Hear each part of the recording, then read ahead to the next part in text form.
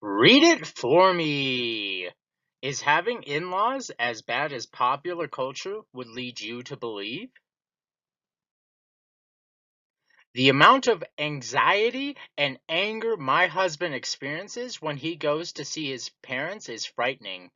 They're very pleasant with me when I visit, but I hate them for what they do to him. I'd be happy just cutting them out, but they're at the age and health where some big decisions need to be made.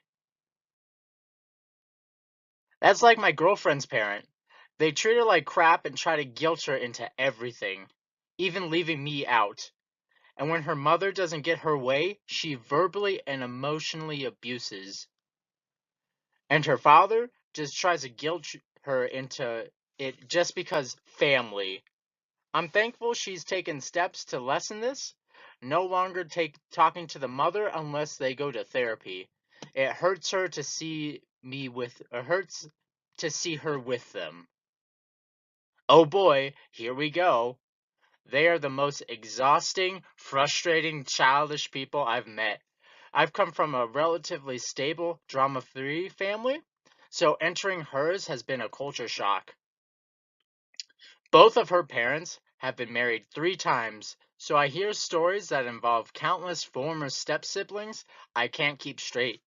They are both the woe is me types, constantly talking about their own health issues, some real and some heavily tied to a lifetime of bad decisions, some imagined, and never giving a real darn about us. They are incredibly loud and talk a mile a minute. Even when I try to contribute to the conversation, by the time they let me get a word in, we've already 5 topics past what I've wanted to chime in about. 3 years into my relationship with my wife, they told They told her they thought I hated them because I'd never talk, which infuriated me because I've gone way outside my comfort zone to be even talkatively, overly friendly, so they wouldn't think that. Her dad has burnt every bridge he has and hasn't worked in years due to aforementioned lifetime of bad decisions that have taken a heavy toll on his body. His hygiene is abysmal and we haven't entered his house in years because it's honestly a teardown at this point. My wife admitted to me that sometimes she wishes he would do or say something that really crosses the line with her so she can just be done with him too. Because we know that someday he's going to come asking for a substantial amount of money. We've already done plenty for him over the years, or a place to live. Her mom is a victim in every story she tells. She always recounts things on how ugly and nasty the other person was, while she was so calm and collected, yet she's banned from her local Best Buy.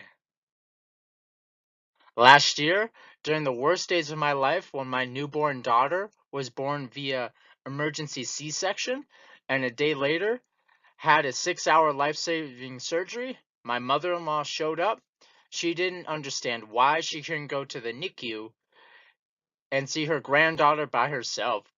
We finally relented and gave the hospital permission to let her in, only so she could leave my life alone since she was recovering.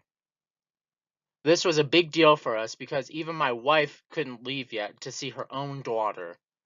My mother-in-law took it upon herself to speak with nurses and doctors about her daughter's condition and try to tell us what was the best based off these unauthorized conversations while our daughter was in surgery.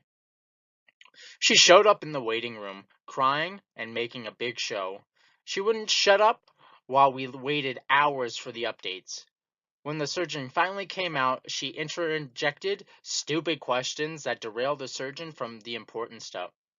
She brought up horribly unsettling possibilities to my wife. She badgered us about why she couldn't post pictures or updates on our Facebook when all my friends get to post about their grandbabies. Needless to say, since I've been done putting up any effort to make them think I like them, it's remarkable that my wife turned out as normal and as sweet as she is. Thanks, I needed that. Yet she's banned from her local Best Buy. This is my favorite line. Alright, don't be a terrible mother or father-in-law and subscribe.